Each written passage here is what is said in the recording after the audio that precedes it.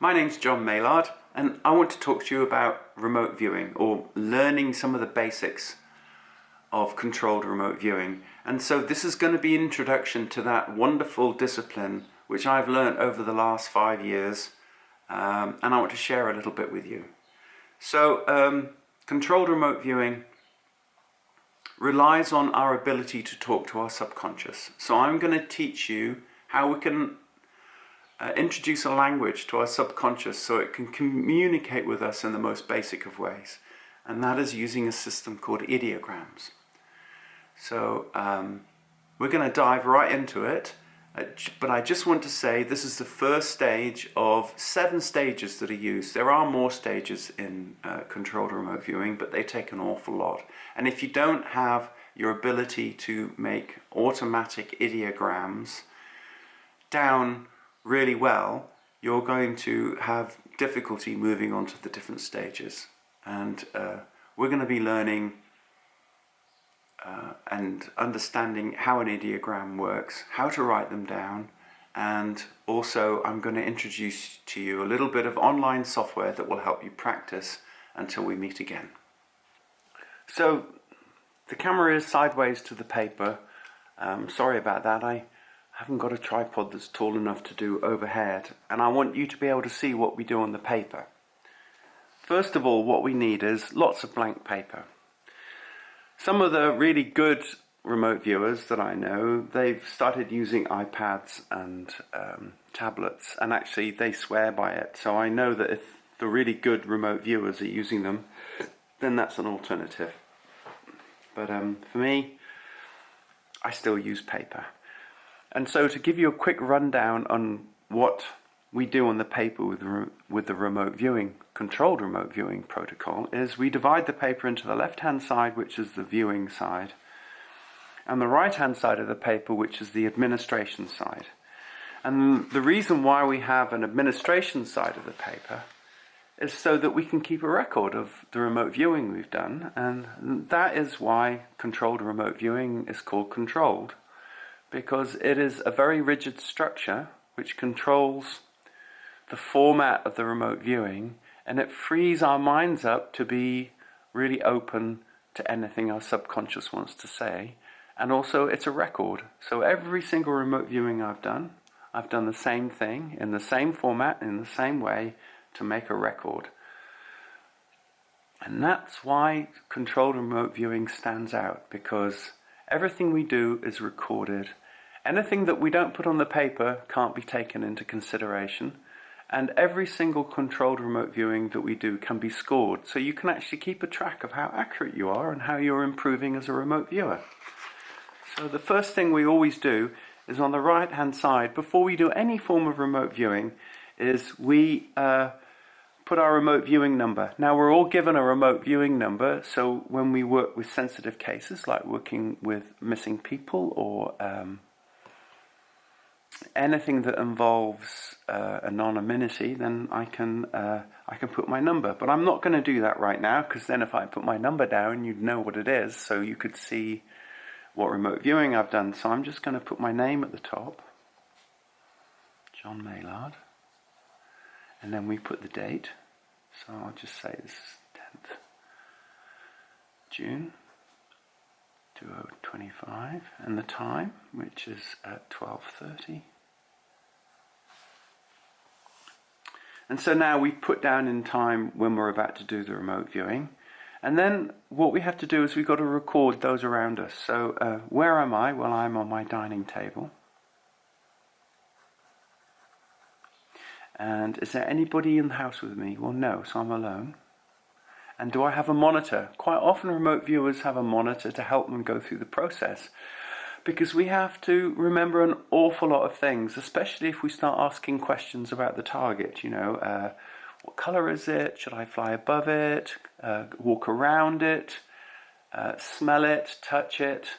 All these commands and prompts we have to remember at the different 7 stages of remote viewing, and that can get a lot. Even though I have crib sheets and notes, it's really handy to have somebody to help you, but I don't have a monitor today, so I'm going to do alone.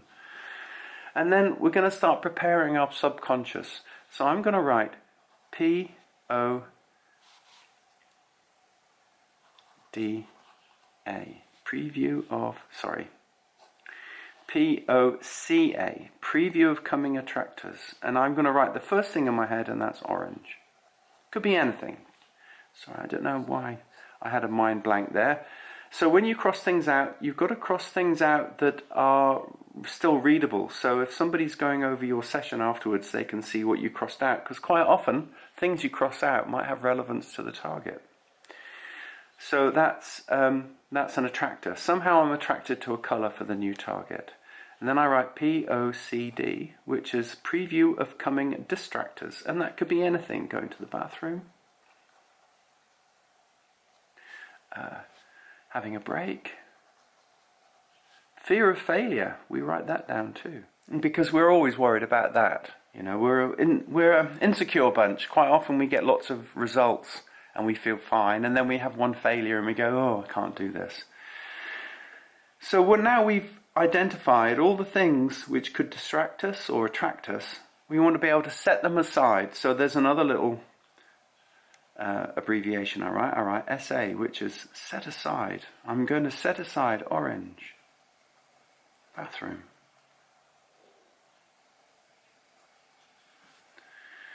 Have a break. Fear of failure. And I'm going to say, I can set aside orange, bathroom, break, fear of failure, because I can always take a break and I can come back.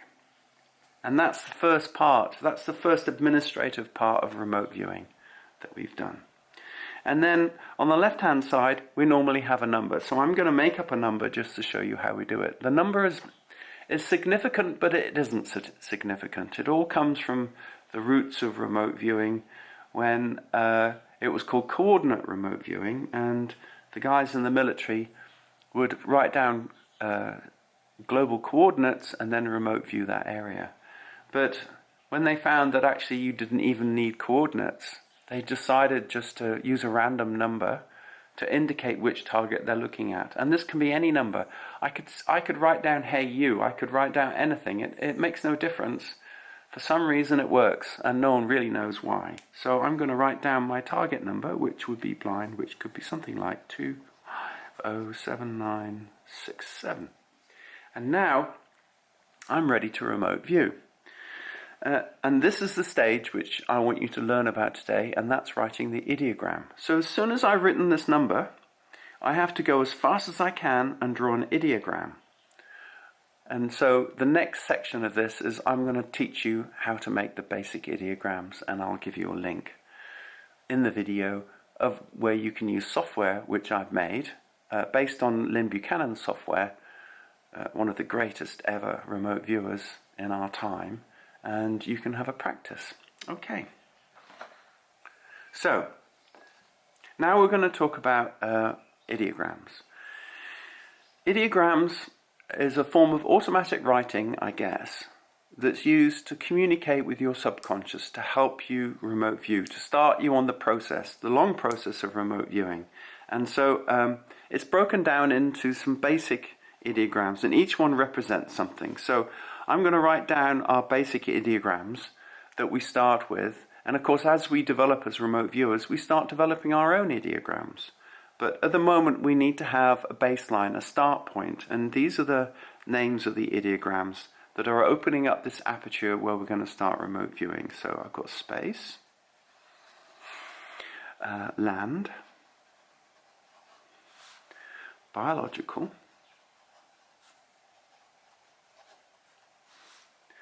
and I'll go through these in a minute with you. So a natural, natural, motion, man-made, water. And here's, this is quite often what the ideograms that most people use. So a circle for space, straight flat line for land. Biological is often a loop, and it could be a loop that's an upside down loop, or it could be a sideways loop. Natural, motion, could be down or up. man-made, which is always like a corner, and water. So space, that could be any form of space. It doesn't have to be outer space. It could be the space between the legs on a table, or it could be an open space of a desert. Land can be flat land, mountainous land. It doesn't really matter. It's just an indication. Biological, it could be male, female, dog, animal, elephant, rhinoceros. Natural is anything that we could consider natural. You know, it could be a jungle. It could be just water flowing. It could be fresh air. Motion. Normally it's at an angle. Some people have slightly different ideograms for motion, but these are the sort of most common.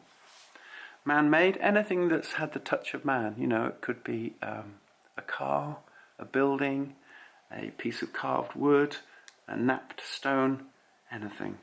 Water. Now, water could indicate anything that's sort of liquid or gaseous. It could be a cloud, it could be oil, it could be running water, it could be salty water, it could be molten lava.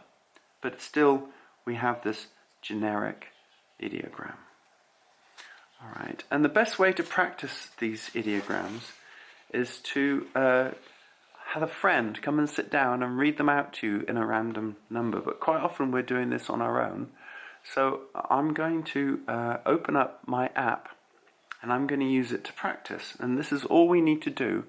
You need to practice and practice and practice this ideogram so you're ready for stage 2 of my training, which we'll do in the podcast. So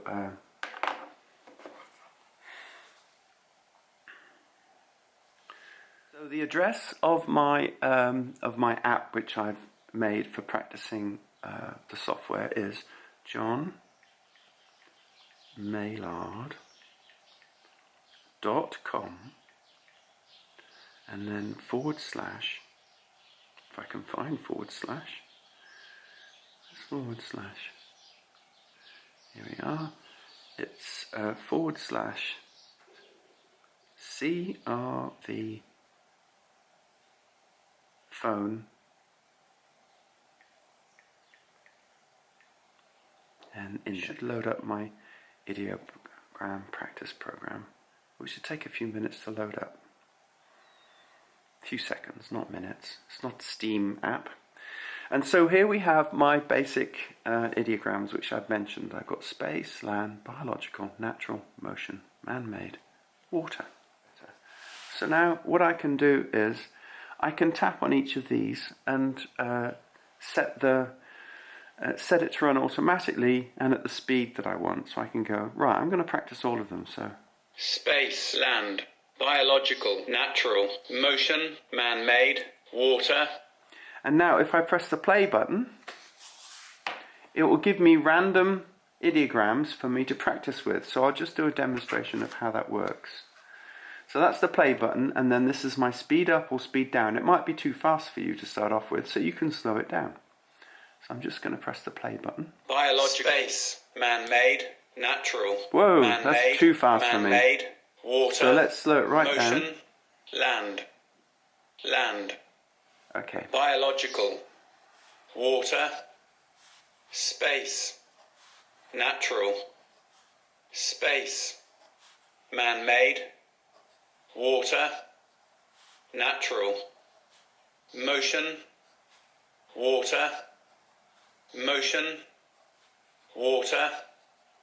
natural, biological, motion, man-made, motion, space, man-made,